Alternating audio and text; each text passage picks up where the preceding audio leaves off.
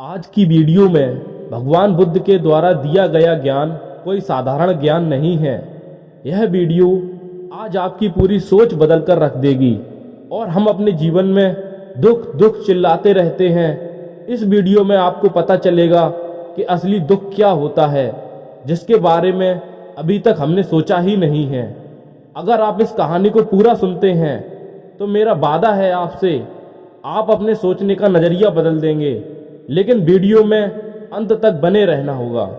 तो चलिए शुरू करते हैं इस सुंदर सी कहानी को, जो आज आपको यह सोचने पर मजबूर कर देगी कि हमारे जीवन का क्या महत्व है। सबल नाम का एक व्यक्ति अपने जीवन से बड़ा निराश था। उसकी निराशा का कारण यह था कि वह अभी तक कुछ नहीं करता था। उसके घर वाले उसे दूसरों का उदाहरण देकर ताने मारते थे कि वह सब तो कामयाब हो गए और तू यही का यही है। जब भी वह कहीं बाहर जाता तो लोग उससे पूछते कि तुम क्या कर रहे हो, और उसे यह कहने में बहुत शर्म महसूस होती कि वह अभी तक कुछ नहीं कर रहा, कुछ करने की कोशिश कर रहा है। धीरे धीरे उसने लोगों से मुंह छुपाना शुरू कर दिया। उसका दुख इतना बड़ा था कि उसे लगता था कि वह धरती पर बोझ है और उसके बस में कुछ भी करना नहीं है। वह कुछ नहीं कर सकता तो वह जीकर क्या करेगा, उसे मर जाना चाहिए। वह अकेले में बैठकर रोता और भगवान को दोष देता। एक दिन उसने नगर में बुद्ध को देखा, जो दुख के ऊपर अपना प्रवचन दे रहे थे। बुद्ध ने कहा, दुख एक गुरु की तरह होता है, जो आपको जीवन जीने के बारे में समझाता है और बताता है। यह आपको सही से जीने का तरीका देता है।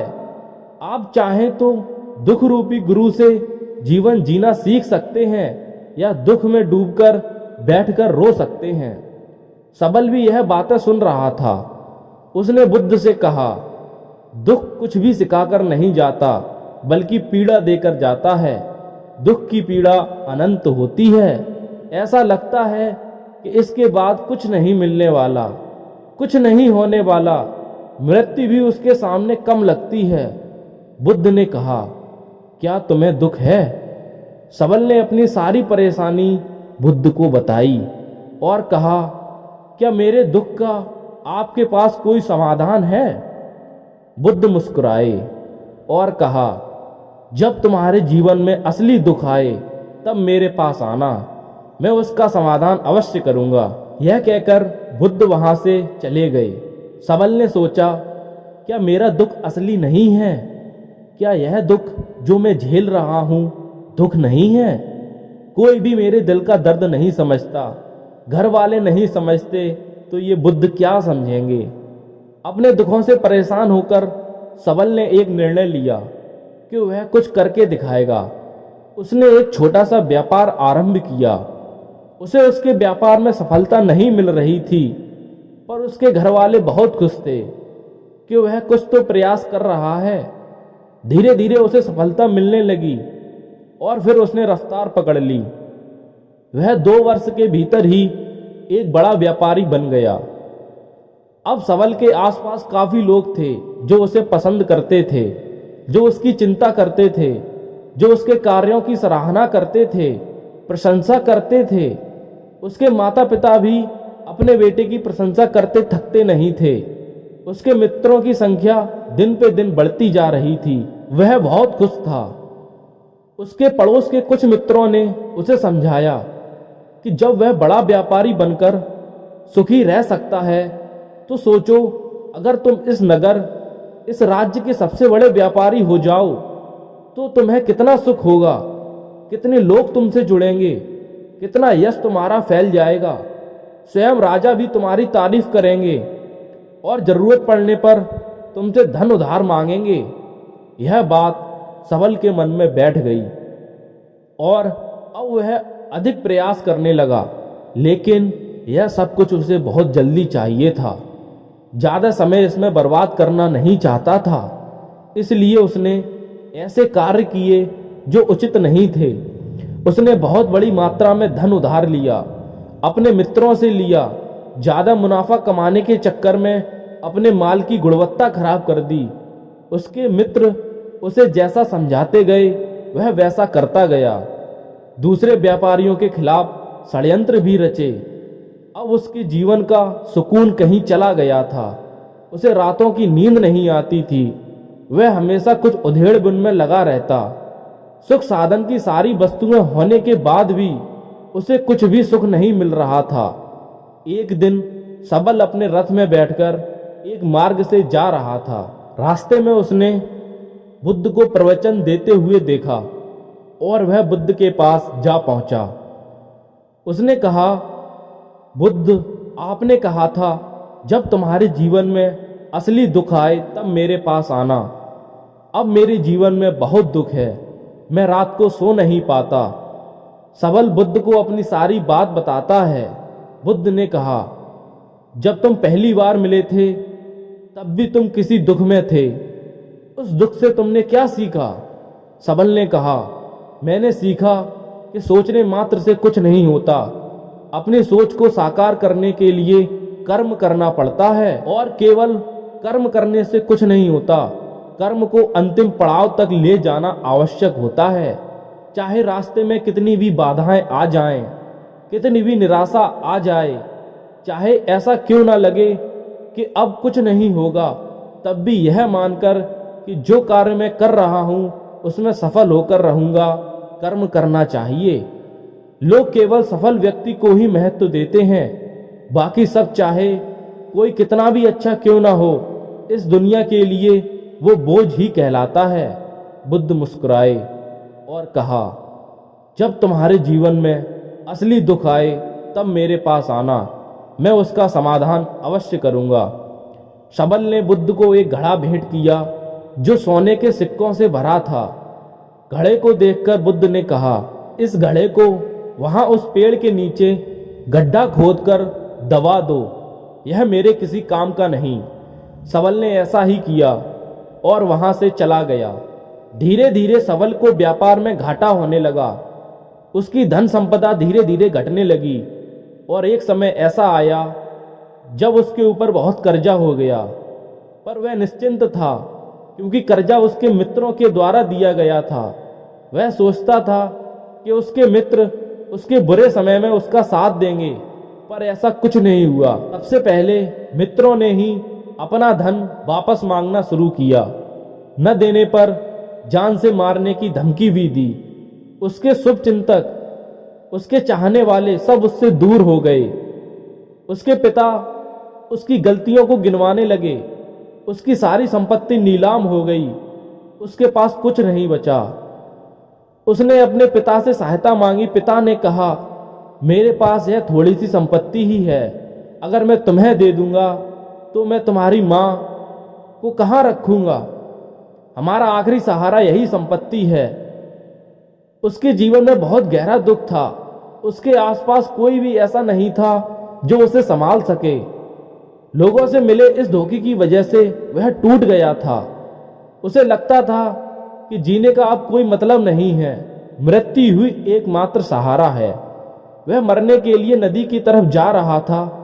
तभी उसे रास्ते में याद आया कि बुद्ध ने कहा था, जब तुम्हारे जीवन में असली दुख आए तब मेरे पास आना। और वह अपने दुख के समाधान के लिए बुद्ध के पास गया। उसने बुद्ध को सारी बात बताई और कहा कि मेरे दुख का समाधान कीजिए। बुद्ध ने कहा, जब तुम्हारे जीवन में असली दुख आए तब मेरे पास आना, मैं उसका समाधान अवश्य करूंगा। सबल ने कहा, असली दुख क्या होता है? बुद्ध, क्या अब जो मेरे जीवन में घट रहा है वह दुख नहीं है? बुद्ध ने कहा, पहले ये बताओ कि तुमने अपने इस दुख से क्या सीखा? सबल ने कहा, जो लोग तुम्हारी तरक्की के साथ, तुम्हारी सफलता के साथ तुम्हारे साथ आए हैं वह तुम्हें धोखा देंगे, क्योंकि तुम्हारे बुरे समय में वह तुम्हारे साथ नहीं रहेंगे बल्कि तुम्हारा फायदा उठाएंगे। भरोसा केवल उन्हीं लोगों पे करना चाहिए जो तुम्हारे बुरे समय में, असफलता के समय तुम्हारे साथ खड़े हों। और ऐसे लोग बहुत कम ही मिलते हैं। जिन्हें मिलते हैं उन्हें हमेशा उनकी कद्र करनी चाहिए। कभी किसी के खिलाफ षड्यंत्र नहीं करना चाहिए। ईमानदारी और धैर्य के साथ काम करना चाहिए। लालच नहीं करना चाहिए। बुद्ध ने पेड़ के नीचे गड्ढा खोदकर घड़ा निकाला जिसमें सोने के सिक्के भरे हुए थे। वह घड़ा सबल को दिया और कहा, जब असली दुख हो तब मेरे पास आना। सबल ने बुद्ध को प्रणाम किया, धन्यवाद दिया और वह घड़ा लेकर चला गया।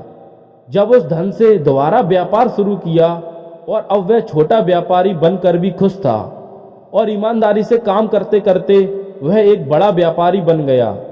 हालांकि इसमें उसे अब कुछ समय लगा था, लेकिन अब वह खुश था। उसका जीवन खुशियों से भरा था।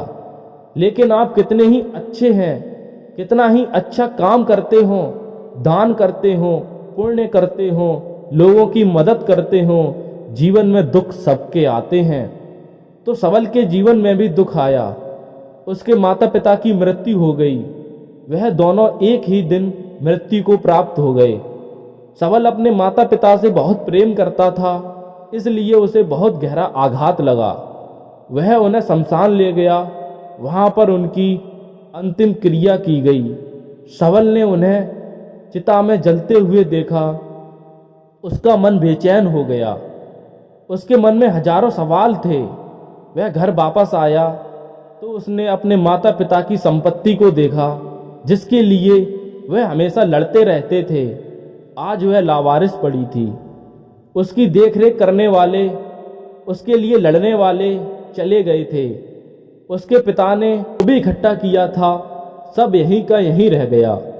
एक दिन पहले तक वह अपनी संपत्ति के लिए किसी से भी लड़ने के लिए तैयार थे, पर आज कोई नहीं था।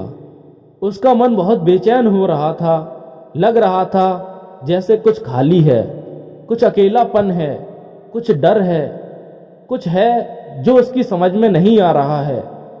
इसलिए वह बुद्ध के पास पहुंचा।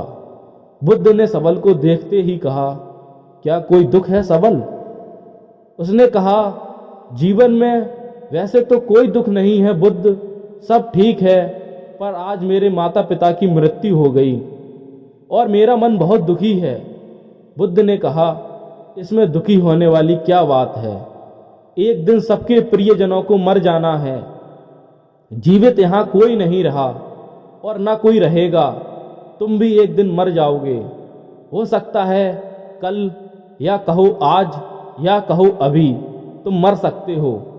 सबल ने कहा, बुद्ध यह आप क्या कह रहे हैं? मैं भी मर जाऊंगा, पर अभी तो मैं जवान हूं। बुद्ध ने कहा, इस प्यार के भ्रम में तो सब जीते हैं कि मृत्यु बूढ़ों की आती है, जबकि उनके सामने ही जवान मर जाते हैं, बच्चे मर जाते हैं। मृत्यु का किसी उम्र के साथ कोई लेना देना नहीं होता। बुद्ध के मुख से यह बातें सुनकर सबल चुपचाप चला गया, पर उसका मन जैसे बेचैन हो गया था। वह कुछ खालीपन सा महसूस कर रहा था। दिन रात वह अपने बारे में ही सोचता रहता कि वह यह क्या कर रहा है, वह क्या है, क्यों है, कैसे है, हम क्या हैं, हम क्या करने आए हैं इस दुनिया में? क्या सब चीज़ों का उपभोग करना है और मर जाना है एक दिन? उसे कोई जवाब नहीं मिल रहा था और उसका दुख बढ़ता ही जा रहा था। कुछ दिन बाद वह वापस बुद्ध के पास पहुंचा और बुद्ध को सारी बात बताई। बुद्ध मुस्कुराए और कहा, आज पहली बार तुम्हारे जीवन में असली दुख उत्पन्न हुआ है। वास्तव में यही है जो दुख कहलाने के लायक है, कि हमें पता ही नहीं है कि हम क्या कर रहे हैं, क्यों हैं, कैसे हैं, कौन हैं और हमें क्या करना है इस जीवन में। सबल ने कहा, बुद्ध मेरे दुख का समाधान कीजिए। बुद्ध ने कहा, हम सब अपने जीवन भर क्या इकट्ठा करते रहते हैं? सबल ने कहा, बुद्ध, सब लोग धन संपत्ति, मान सम्मान, प्रेम, परिवार, मित्र, शत्रु, पद प्रतिष्ठा इकट्ठा करते रहते हैं। बुद्ध ने कहा, क्या इनमें से कुछ भी इकट्ठा करके हम अपने साथ ले जा सकते हैं? सबल ने कहा, नहीं बुद्ध, इनमें से कुछ भी साथ नहीं जाता। मेरे माता पिता के साथ भी कुछ नहीं गया, सब तो यहीं का यहीं छूट गया। बुद्ध ने कहा, ध्यान से समझना, इस दुनिया में जिसे हमें इकट्ठा करना है उसे हम कभी इकट्ठा करते ही नहीं। सभी चीज़ों को देखते हैं, लेकिन उसे देखते ही नहीं जिसे हमें इकट्ठा करना है। वह है हम खुद। हमको इस दुनिया में अपने आप को इकट्ठा करना है ताकि जब हमारी मृत्यु हो तब हम एक हो सकें और अपने आप को पहचान सकें। हम बटे हुए हैं प्रेम में, नफरत में, क्रोध में, क्रूरता में, धन संपत्ति में, पद में, प्रतिष्ठा में, सम्मान में, पहचान में, धर्म में, जाति में, दूसरों को लूटने में और अपने आप को लुटाने में और ऐसी हजारों लाखों छाव में, वासना में बटे पड़े हैं। हम टुकड़ों में जीवन जी रहे हैं। हमारी चेतना कभी एक हो ही नहीं पाती। हमारी ऊर्जा शक्ति बिखर गई है। इसलिए हमारे पास इतना भी समय नहीं है या इतनी भी शक्ति नहीं है कि हम मुड़कर अपनी ओर देख सकें। वास्तव में लोग जिंदगी भर जिन्हें दुख कहकर चिल्लाते रहते हैं और उनका समाधान खोजते रहते हैं, उनका समाधान कभी मिलेगा ही नहीं, क्योंकि जिन्हें वह दुख कहते हैं वह दुख है ही नहीं। इसलिए यहाँ किसी को कभी भी उनके दुख का समाधान मिल ही नहीं सकता। वह बस एक परिस्थिति से छूटकर दूसरी परिस्थिति में फंस जाते हैं। जैसे वह पहली समस्या में रो पड़े थे वैसे ही दूसरी समस्या में रो पड़ते हैं। हमेशा ही एक ही समाधान नजर आता है, वह है मृत्यु, पर वह कोई समाधान नहीं है। इसलिए इन सबका अगर परम समाधान चाहिए तो अपने आप को इकट्ठा करो, अपनी ऊर्जा को इस संसार में वापस खींचो, उसे एकत्रित करो, अपने ऊपर ध्यान दो, अपने ऊपर ध्यान लगाओ। मृत्यु से पहले अपने आप को पहचान लो। ऐसे ही बिखरे हुए मत चले जाना, सबल ने कहा। तो बुद्ध, हमें यह संसार छोड़ देना चाहिए, अपनी इच्छाओं को मार देना चाहिए, धन संपत्ति इकट्ठी नहीं करनी चाहिए, क्या हमें किसी से प्रेम भी नहीं करना चाहिए?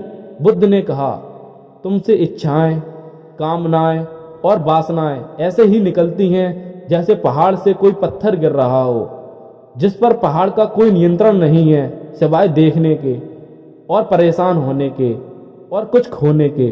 जब तुम एकत्रित हो जाओगे तब जो भी तुम करोगे सब नियंत्रण में रहता है। तब इच्छाएं भी तुम्हारी इच्छाओं से निकलेंगी। सबल ने कहा, बुद्ध, आपने मेरे सच्चे दुख का निवारण किया है, आपका बहुत धन्यवाद। अब मैं अपने आप को एकत्रित करूंगा। बुद्ध ने कहा, मानव शरीर में बहुत ऊर्जा है, बहुत शक्ति है, पर यह बेकार की चीजों में बटकर रह गई है, व्यर्थ की चीजों में लगी रहती है। यह ऐसे ही है जैसे एक शक्तिशाली मशीन किसी बच्चे के हाथ में दे दी गई हो। जैसे आपने कभी देखा होगा, बच्चे कभी कभी बाइक पर या कार में बैठकर उसे चलाने का नाटक करते हैं क्योंकि उन्हें इतना ही पता होता है। ऐसे ही हम अपने शरीर को चला रहे हैं। इसकी सही शक्ति का इस्तेमाल तो हम कभी कर ही नहीं पाते। खुद को एकत्रित करने का मतलब यह नहीं होता कि हम संसार छोड़ दें, सन्यासी हो जाएं या झोला उठाकर कहीं चले जाएं या अपने लिए, अपने बच्चों के लिए धन संपत्ति इकट्ठी ना करें। यह थी दोस्तों बुद्ध की पूरी कहानी। अगर आपको कहानी अच्छी लगी हो तो अपने अच्छे से सुझाव कमेंट बॉक्स में ज़रूर दें और इस कहानी को उन लोगों के साथ शेयर करें जो अपने जीवन में किसी न किसी कारण से दुखी रहते हैं और अपने आप को बहुत परेशान मानते हैं। Thank you.